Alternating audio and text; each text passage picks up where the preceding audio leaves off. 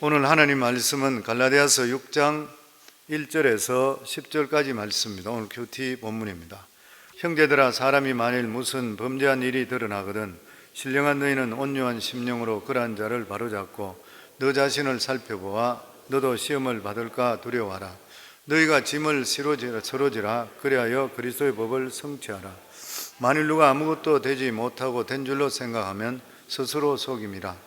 각각 자기의 일을 살피라. 그리하면 자랑할 것이 자기에게는 있어도 남에게는 있지 아니하리니 각각 자기의 짐을 질 것이니라. 가르침을 받는 자는 말씀을 가르치는 자와 좋은 것을 함께하라. 스스로 속이지 말라.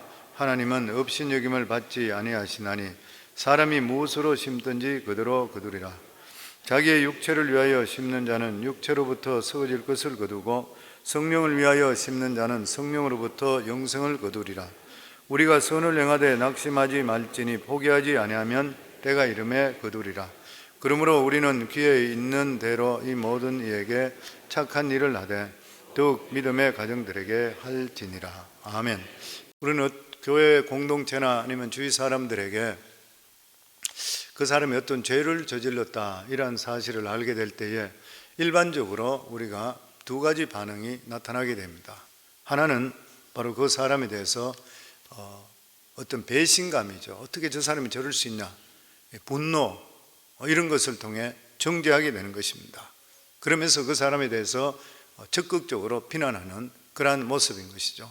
다른 하나는 다른 사람의 죄를 보면서 동일한 사정이 나에게도 있을 수 있겠구나 이렇게 생각하며 누구든지 죄에 빠질 수 있다 이렇게 생각하며 자신을 돌아보는 그런 태도인 것이요. 그런데 성경은 우리에게 주시는 말씀이 뭐냐면 다른 사람의 죄를 보게 될 때에 두 번째 입장을 취하라 그렇게 말씀합니다. 너무나도 우리 성경에 예수님께 잘 나와 있는 것이 요한복음 8장에 나와 있는 가늠하다 현장에 걸린 여인을 보면 우리가 알 수 있게 되는 것이죠. 누구든지 지탄받아야 마땅한 일이고 누구든지 돌을 던질 수밖에 없는 그러한 처지인데도 불구하고 예수님께서 말씀하실 때 우리 모두 다가 죄를 같이 가지고 있기 때문에 정죄하지 말라 그랬습니다. 왜냐하면 정죄와 판단은 하나님께만 그 권한이 있는 것이지 우리에게 있는 것이 결코 아닌 것이죠. 그 말씀을 통해 우리에게 이런 말씀을 주고 있습니다. 우리 1절 말씀 다시 한번 같이 읽습니다. 형제들아, 사람이 만일 무슨 범죄한 일이 드러나거든 신령한 너희는 온유한 심령으로 그러한 자를 바로잡고 너 자신을 살펴보아 너도 시험을 받을까 두려워하라. 여기 보면 교회 안에 어떤 사람이 무슨 죄를 지었는 것이에요. 교회는 이 일에 대해서 어떻게 대처해야 될 것인가. 잘못이 있는데도 불구하고 아무 일이 없는 것 같이 넘어갈 수는 없는 것이에요. 거기에 대해서 성경은 신령한 너희들은 이렇게 말씀합니다. 신령한 너희라는 것은 뭐 특별한 사람을 이야기하는 것이 아니라 누구든지 성령이 우리 속에 내주하는 그러한 사람, 성령으로 거듭난 사람, 성도들을 이야기하고 있는 것이죠. 율법적으로 생활하지 않고 그 속에 성령이 계신 사람, 다시 말하면 복음 속에 있는 너희들은 어떻게 대처해야 되는 것인가 세 가지로 말씀하고 있습니다. 그 첫째는 그 사람의 범죄의 잘못을 통해 자기는 그렇지 않고 자기는 의롭다는 것을 드러낼 기회로 삼지 말라고 하는 것이에요. 사람이 어떤 잘못을 했으면 사람을 강하게 비난하는 사람은 대체적으로 자기는 의롭다 이렇게 생각하는 것이에요. 나는 그렇지 않다 이렇게 생각하는 거예요. 나는 아예 그런 죄까지 지을 가능성조차 없는 그런 의인이다 이것을 나타내고 싶어서 오히려 더 적극적으로 비난하는 경우가 있습니다. 어떻게 우리 가운데 이런 일이 일어날 수 있나? 어떻게 그런 죄를 질 수가 있는 것인가? 생각만 하더라도 너무나 기분 나쁘고 불쾌하다 이런 식으로 말하는데 그 은연중에 보면은 자기는 죄하고 거리가 굉장히 먼 순결한 사람이라 이렇게 나타낸 것과 똑같은 것이에요.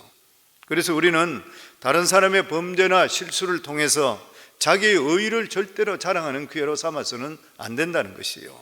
그리고 둘째는 어떻게 해서든지 그 사람을 바로 잡으려고 노력해야 된다는 것이죠. 여기 보면 온유한 심령으로 그런 자를 바로 잡고 온유한 심정으로 결과적으로 죄에서 건져내는 것이 목적인 것이지 비난하는 것이 목적이 될 수가 결코 없는 것이에요. 물에 빠진 사람을 건져내는 것이 가장 중요한 것이요. 그래서 그 사람이 바로 거기서 건져낼 수 있는 방법이 있는지를 찾을 수가 있어야 되는 것이요. 그리고 세 번째로 자기 자신을 돌아보아 너도 시험에 빠질까 조심하라. 우리 자신들을 돌아볼 수 있는 기회가 있어야 돼요. 왜냐하면 우리 인간은 모두 다 죄성을 다 가지고 있고 동일한 요소를 다 가지고 있는 것입니다. 결과적으로 이러한 것들을 생각하며 그 사람과 대화하게 될 때에 서로 간의 마음의 위로가 되며 건져낼 수 있게 된다고 하는 것입니다. 하나님께서는 이 세상에 이 그리스도인들에게 공동체를 주신 이유가 어디에 있는 것입니까? 죄에 빠진 사람들에게 새로운 삶을 마련하기 위해서인 것이요. 그리스도인의 모임인 이 교회가 가진 가장 중요한 특징이 뭐냐면 죄를 바로 잡아주는 것이요. 아멘. 새로운 삶을 살게 만들어줄 수 있어야 돼. 그게 우리 교회는 있습니다. 왜 그런 것이요? 성령이 계시기 때문인 것이요. 아멘. 그래서 교회는 영혼의 병원이라 그렇게 말씀하고 있는 것이요. 만약 교회가 죄인을 고치지 못한다면 이 세상에 죄인을 고칠 수 있는 데는 아무도 없는 것이요. 그러나 죄를 짓는 죄인을 고친다고 하는 것은 대단히 위험한 일입니다. 왜냐하면 그 사람과 같은 죄에 빠질 가능성도 생기기 때문인 것입니다. 같은 죄성을 가진 자들이기 때문에 죄를 고친다고 들어가다가 빠져드는 경우들도 있잖아요. 보면 예전에 제가 모시고 있던 목사님은 사람들에게 전도한다 그러고 믿음에서 좀 떨어져서 한인에 나가서 파티할 때 춤도 추고 술도 먹고 하다가 자기가 완전히 거기 빠진 적이 있다고 그렇게 고백을 한 적도 있습니다. 그래서 전염병을 고친다고 하는 간호사나 의사들이 많이 죽잖아요. 보면 위험한 것이죠. 그래서 죄 있는 사람에게 접근할 때는 굉장히 조심스럽게 접근해야 되는 것입니다. 우선 먼저 다른 사람의 죄에 빠진 상태에서 첫 번째로는 동정하는 마음을 갖는 것이 중요합니다. 1절과 3절이 바로 그런 말씀입니다.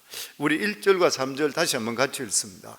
형제들아, 사람이 만일 무슨 범죄한 일이 드러나거든 신령한 너희는 온유한 심령으로 그런 자를 바로잡고 너 자신을 살펴보아 너도 시험을 받을까 두려워하라. 3절에 보면 만일 누가 아무것도 되지 못하고 된 줄로 생각하면 스스로 속임이니라. 사람 중에 아무도 완전한 사람은 없는 것이요. 우리 마음에 필요한 것은 저 사람은 죄에 빠졌지만 그럼에도 불구하고 그 사람을 볼 때에 항상 하나님의 존귀한 형상이 있다는 것을 우리가 생각하며 사람을 대할 수 있어야 되는 것입니다. 우리들도 돌이켜보면 우리 안에도 동일한 욕심이 있습니다.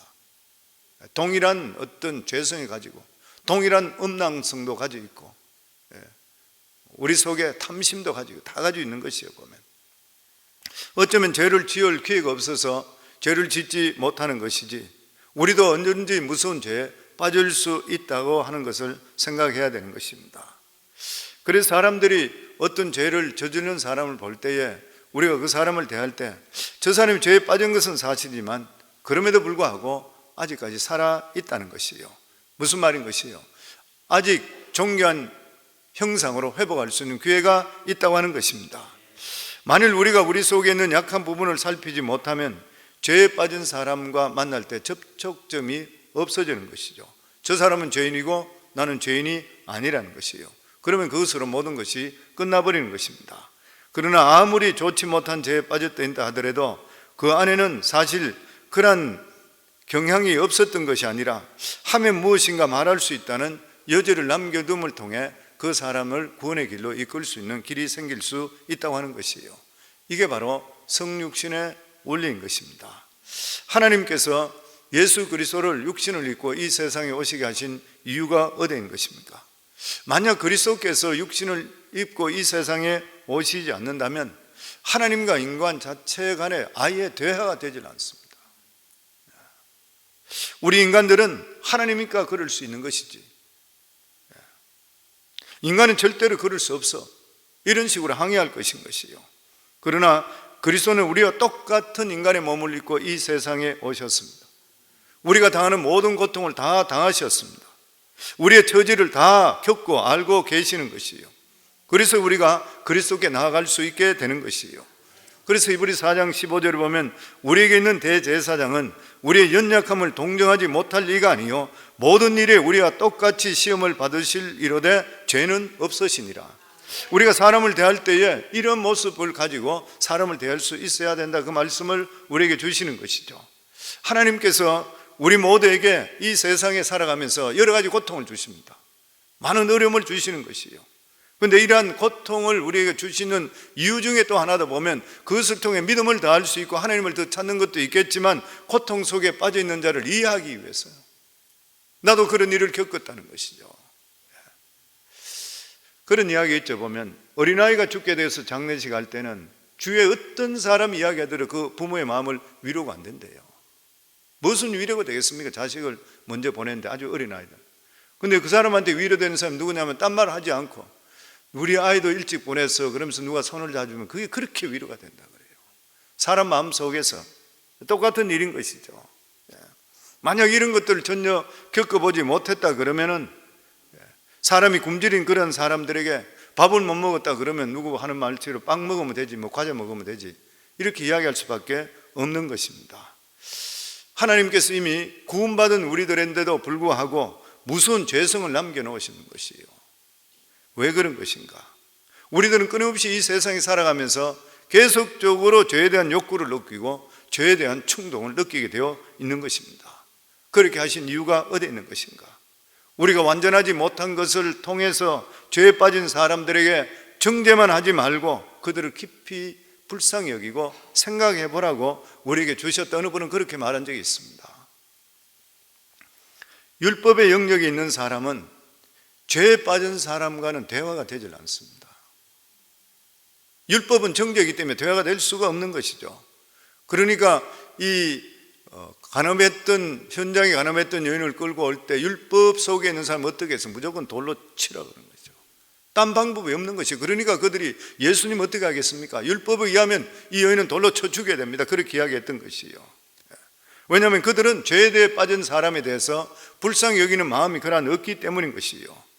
왜 불쌍히 여기는 마음이 없어지는 것이요? 대책이 없어 그렇습니다. 해결할 수 있는 길이 없어요. 죄에 빠진 사람이 어떻게 해야 될지 몰라요. 그냥 죽이고 돌로 쳐는 것밖에 모르는 것이에요. 그들은 해결할 수밖에 없으니까 결과적으로 정죄하는 것이요. 그러면 자기들도 똑같은 죄에 빠지게 되어 있는 것이요. 율법은 해결할 방법이 결코 없는 것입니다. 거기에 비해서 복음은 그렇지 않는 것이요. 복음은 그리스도인들의 모임 안에서 치료할 수 있는 성령의 능력이 있는 것이요. 그래서 죄인들을 볼 때마다 무조건 정죄하는 것이 아니라 치료의 대상으로 보는 것이요. 사람들을 볼 때에. 그리고 두 번째로 죄의 위험성을 공감하는 것입니다.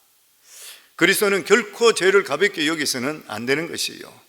왜냐하면 죄야말로 빨리 파급할 수 있는 그런 효과가 있기 때문인 것입니다.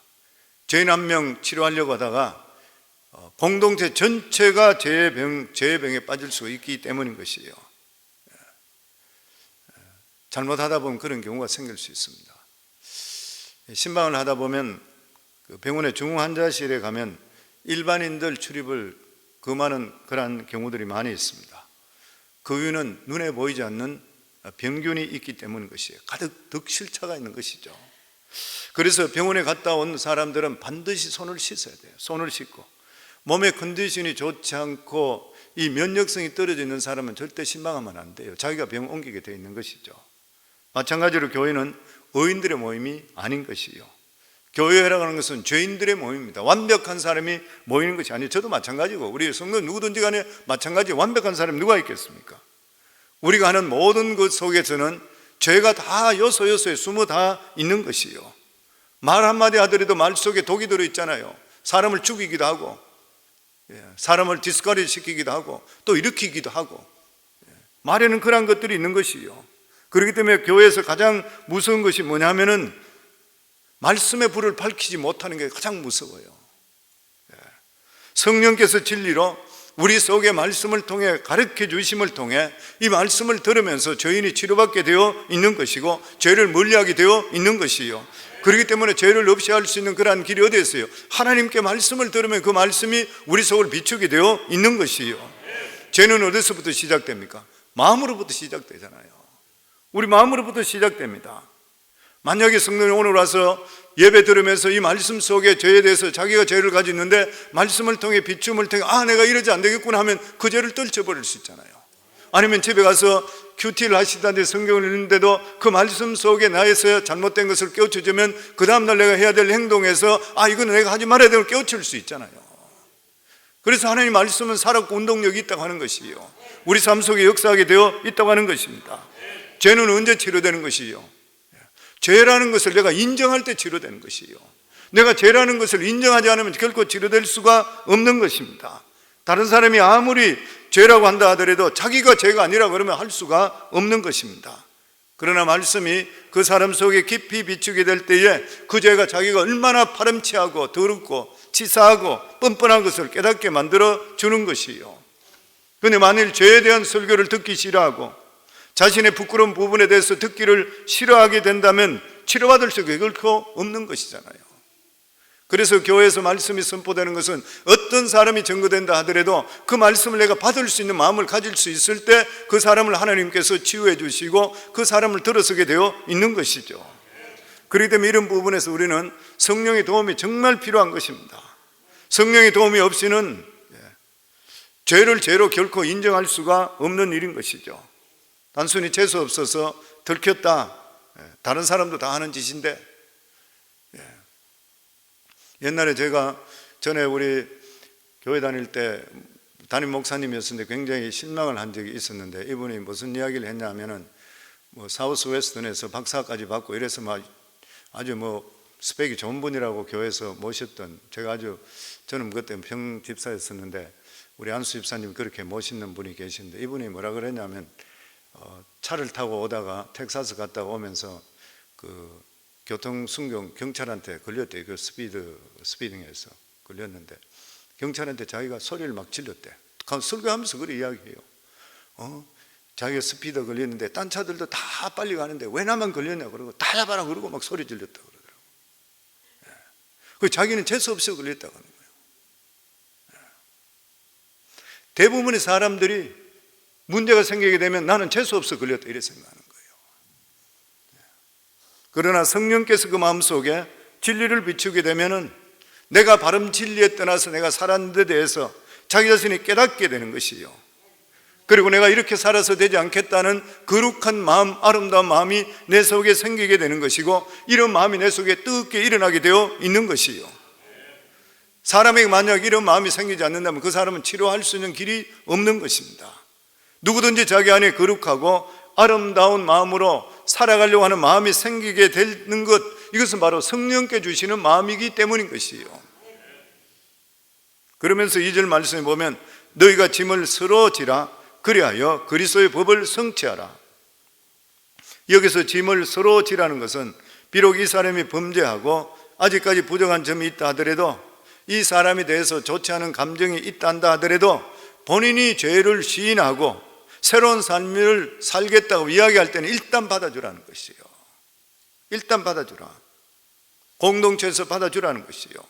서로 짐을 지라는 것은 부족한 점이 있고 약간 의심되는 일이 있다 한다 하더라도 믿어주고 받아주어라. 그렇게 할 때에 그리스도의 법이 성취된다, 이 말씀하는 것이요. 그러면서 오늘 아주 중요한 한 가지 본문에서 보게 되는데, 그것은 뭐냐면 다른 사람을 돕고 그들의 짐을 져주는 건 사실이지만 자신의 문제는 스스로 해결해야 된다. 스스로 해결하라. 5절 말씀입니다. 각각 자기의 짐을 질 것이라. 복음에 있어서 중요한 것은 결코 자기의 책임을 부정하는 것이 아니라고 하는 것이요, 각자 행위에 대해서 자기가 책임을 져야 되는 것이요. 그러나 아무리 스스로 책임을 질러 하더라도 도저히 책임질 수 없는 부분에 대해서는 서로 간에 힘을 합쳐서 도와주라는 것이요. 그러나 처음부터 너무나 온정적으로 해주는 나머지 자기가 마땅히 책임져야 되는데도 불구하고 그것을 다른 사람이나 공동체 책임으로 돌리는 것을 용납하지 말라고 하는 것이요. 우리는 어떤 문제가 있을 때 서로 도와줘야 됩니다. 그러나 죄에 빠져나와 새로운 삶을 살아가는 일에 대해서는 본인이 직접적으로 책임져야 돼요. 자기 스스로 일어나려고 하지 않으면 누구도 도와줄 수가 없는 것이요. 예를 들어 알코올 중독에 걸린 그러한 사람이 있다 그러면 자기 자신의 심각성을 깨달아야 되는 것이요. 적어도 자기 스스로 그런 상태에 빠져나오려고 결단할 수 있어야 되는 것이요. 말로만 술을 끊는다 그러고 몰래 술을 마시고 말로만 담배를 끊는다 그리고 담배를 계속적으로 피우고 그런 상태에서는 누구나 도와줄 수가 없는 것이요. 음란한 생활하는 그러한 사람도 마찬가지인 것이죠. 자신의 삶이 하나님 보실 때에 절대 기뻐하지 않고 부끄럽고 수치스러운 일이라는 것을 알고 청산하려고 본인이 노력해야 되는 것이요. 이 핑계 저 핑계 된다면 결코 도움을 줄 수가 없는 것입니다. 그래서 그런 말이 있습니다. 그리스도인의 사랑은 어떤 사랑이 되냐? 단호한 사랑이 된대요. 아주 단호한 사랑이 된대요. 성경에는 스스로 일어서려고 하지 않으면 아무도 도와주지 말라. 이것이 신약 성경의 가르침입니다. 젊은 사람이 직장도 없이 놀면서 아무 일도 하지 않고 있을 때는 단호하게 그를 도와주지 않음을 통해 스스로 일어나게 만들어줘야 되는 거예요. 만일 그렇게 하지 않고는 끝까지 책임을 져줘야 되는 것이에요. 어떻게 끝까지 한 사람의 인생을 책임질 수 있습니까? 자기 자신이 져야 되는 거지. 결코 그리스도인의 사랑은 무조건적인 사랑이 아니라고 하는 것이에요. 그리스도인의 사랑은 무조건적이면서도 조건적인 사랑입니다. 누구든지 죄를 깨닫고 새로운 삶이 원하는 자는 과감하게 받아들여야 되는 것이에요. 그러나 스스로 죄를 시인하지 않고 스스로 고치지 않으려고 하는 사람, 다른 사람에게 책임을 전가하려는 사람은 단호한 입장을 보여줌을 통해 오히려 부끄럽게 만들어야 된다는 것이죠.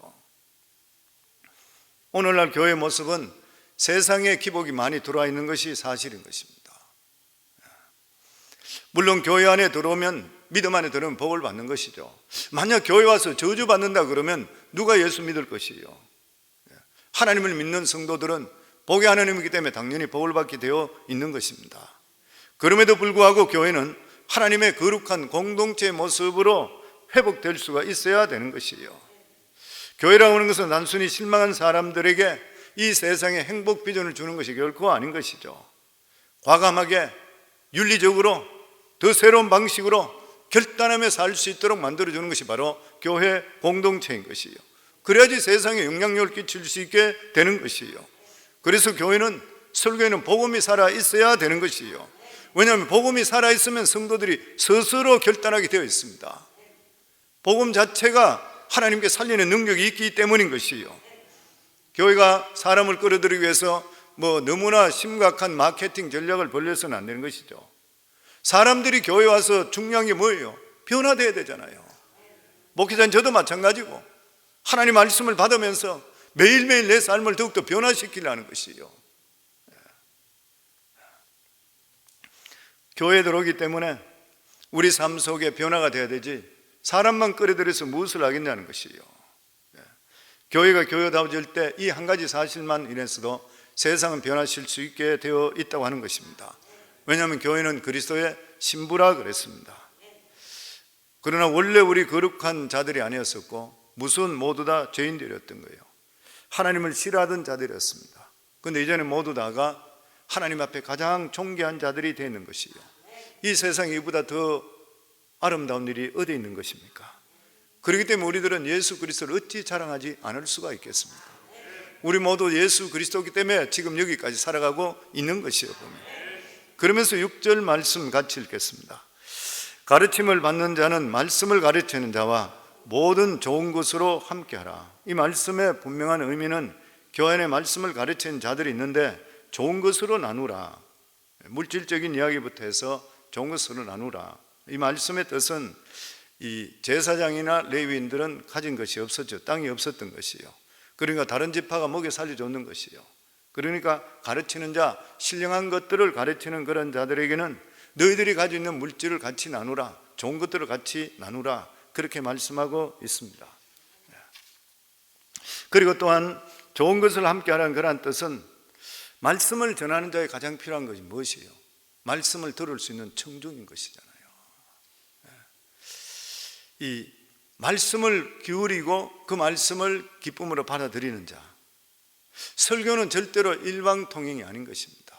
오늘도 여기 와셔서 말씀을 들을 때에 그 말씀을 경청하고 받아들이게 될 때는 영감으로 교류되면서 역사가 일어나게 됐어요. 그런데 거부 반응을 일으킨다든지 물론 그런 분은 없겠지만 이게 말씀이 나한테 별로 부딪히지 않고 그 반응을 일으키고 이렇게 된다 그런 것 같으면 유익되는 것이 하나도 없는 것이요. 설교는 청중들과 함께 주고받는 것이에요. 보면 물론 하나님 말씀은 선포입니다. 그럼에도 불구하고 설교라는 것은 청중들의 반응과 호응과 기도가 너무 필요한 것이에요. 사실 누구든지 간에 설교를 자신 있게 할 수 있는 사람은 아무도 없다 생각합니다. 어떻게 하나님 말씀을 부담 없이 마음대로 설교할 수 있어요? 아무도 없다고 생각돼요. 그렇기 때문에 청중들은 기도로서 도와줄 수 있어야 돼요. 우리 교회에서도 중보기도팀 예배할 때마다 중보기도팀들 있잖아요. 중간중간 기도하는 분들. 설교자의 가장 큰 기쁨은 설교를 들을 수 있는 귀를 가진 청중들인 것이에요. 설교할 때 눈을 바짝바짝 끓이면서 그 말씀을 받아들이는 거 볼 때 설교자가 힘을 얻게 되어 있는 것이에요. 설교자들의 가장 큰 관심이 뭐냐면 그 말씀을 듣고 인격이 변화되는 것이고 삶이 변화된 그러한 삶을 보는 것이에요. 사도 바울도 그렇기 때문에 갈라디아 교인들이 너희들이 내게 상급이라 했던 이유가 됐어요. 말씀을 전했을 때 그들이 변화된 걸 볼 때 이상 더 귀한 상급은 없는 것이에요. 목회자가 무슨 돈을 많이 벌어요? 뭐를 해요? 성도들이 듣고 나서 삶 자체가 바뀌고 그를 기쁘고 가정이 변화되고 자녀가 변화되고 삶의 비전을 세우는 것 이상 더 기쁜 일이 어디에 있는 것이에요. 보면 그래서 설교자는 교인들이 꼭 필요한 것이에요. 그래서 스펄전 목사는 그런 말을 했습니다. 교인들을 향해서 나를 위하여 기도하지 않으려거든 나를 당장 나가서 죽으라 하시오 그렇대요. 영이 죽어 있는 사람은 아무리 잡아놓고 설교를 한다 해도 알아듣질 못해요. 그러나 거듭난 사람은 말씀만 들으면 자기가 어떻게 해야 될지 분별력을 갖게 되어 있는 것입니다. 설교자도 유혹을 느낄 때 있어요. 어떤 때냐면 성도들이 어려움을 당하고 있을 때 직접 뛰어들어서 도와주고 싶은 마음들이 많이 있어요.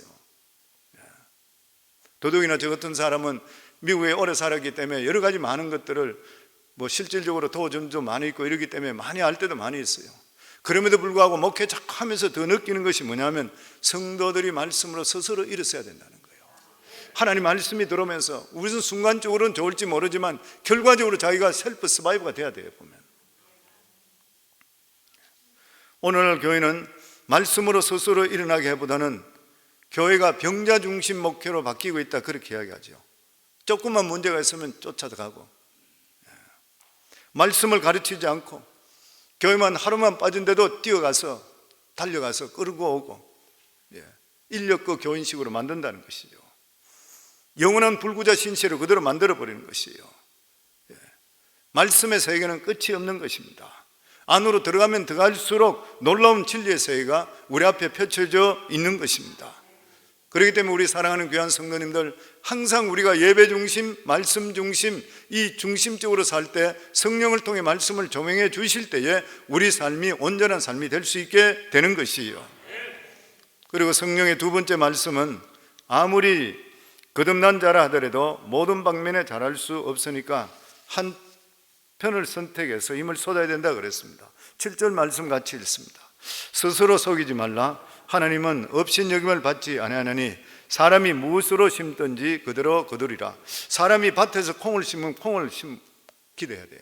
콩을 심고 수박이 열리지 않는다고 불평하지 말아야 되는 것이에요. 그리고 하나님은 무엇이든지 심는 대로 그대로 거두게 되어 있습니다.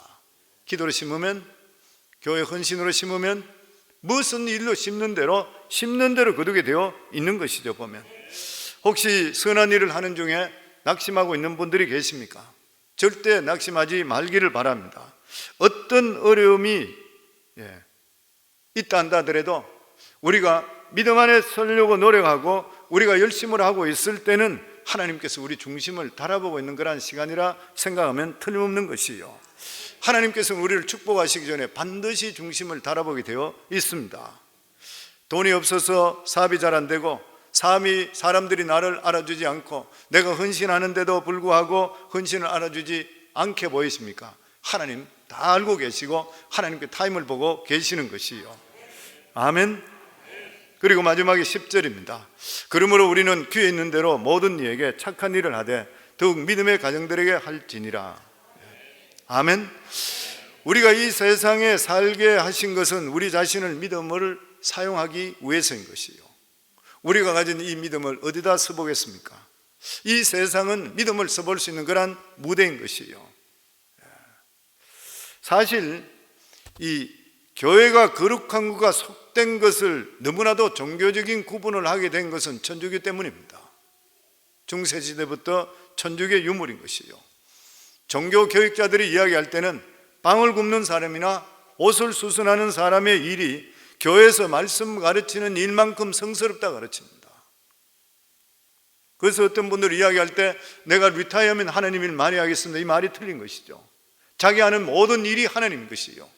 그렇기 때문에 어떤 일에 대해서도 내가 하나님 일 한다는 그 마음을 가질 수가 있어야 되는 것이요. 그래서 나는 돈만 찾아가고 뭐만 잘한다, 잘못된 생각이죠. 무슨 일을 하더라도 이 일을 통해서 내가 하나님의 기뻐하는 일을 한다 하면은 그것이 설교하는 자든지 뭐든지 구별 없이 거룩한 일이 될 수 있는 것이요. 그리고 우리는 세상 사람들을 도와줘야 됩니다. 무엇을 돕는 것이요? 가치관이잖아요. 가치관인 것입니다. 이 세상 사람들, 모든 사람들의 가치관은 세상 가치관으로 없어질 것을 추구하고 있잖아요. 잘못된 것을 추구하고 있는 것이요. 우리가 가지고 있는 가치관을 그들에게 가르쳐 줄 수가 있어야 돼요. 그렇기 위해서는 어떻게 해야 돼요? 우리가 가지고 있는 예수 그리스도의 복음을 전해야 되는 것입니다.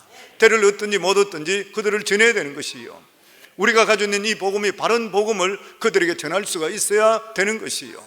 사도 바울은 자기가 전한 복음 아닌 복음을 전하는 자는 저주를 받을 것이라고 그랬어요. 왜냐하면 복음은 예수 그리스도로 말미암아 구원받는 이 복음밖에 없는 것이에요. 보면 아멘. 그리고 우리 삶 속에 아직까지 문제가 해결되지 않고 그리고 열매가 아직 맺히지 않는다 하더라도 실망하지 마시고 우리가 심는 대로 거둔다 그랬으니까 우리가 하나님께 끝까지 믿음으로 인내하시고, 믿음에는 꼭 인내가 들어가야 되니까 인내하시고 기다려서 하나님이 주시는 귀한 복을 받을 수 있는 저희들 다 되기를 주 이름으로 축원합니다. 그리고 사람들을 볼 때에 항상 하나님의 형상이라고 생각하시고 정죄하지 마시고 우리도 그럴 수 있다는 것을 생각하시고 이해해 줄 수 있는 마음으로 사랑으로 대하는데, 그렇다 하더라도 사랑으로 대하더라도 우리가 할 수 있는 만큼 하고 할 수 없는 일은 스스로 일어설 수 있도록 우리가 구별하면서 대할 수 있는 이러한 구별력도 갖는 그런 믿음을 가질 수 있기를 또 주 이름으로 축원합니다.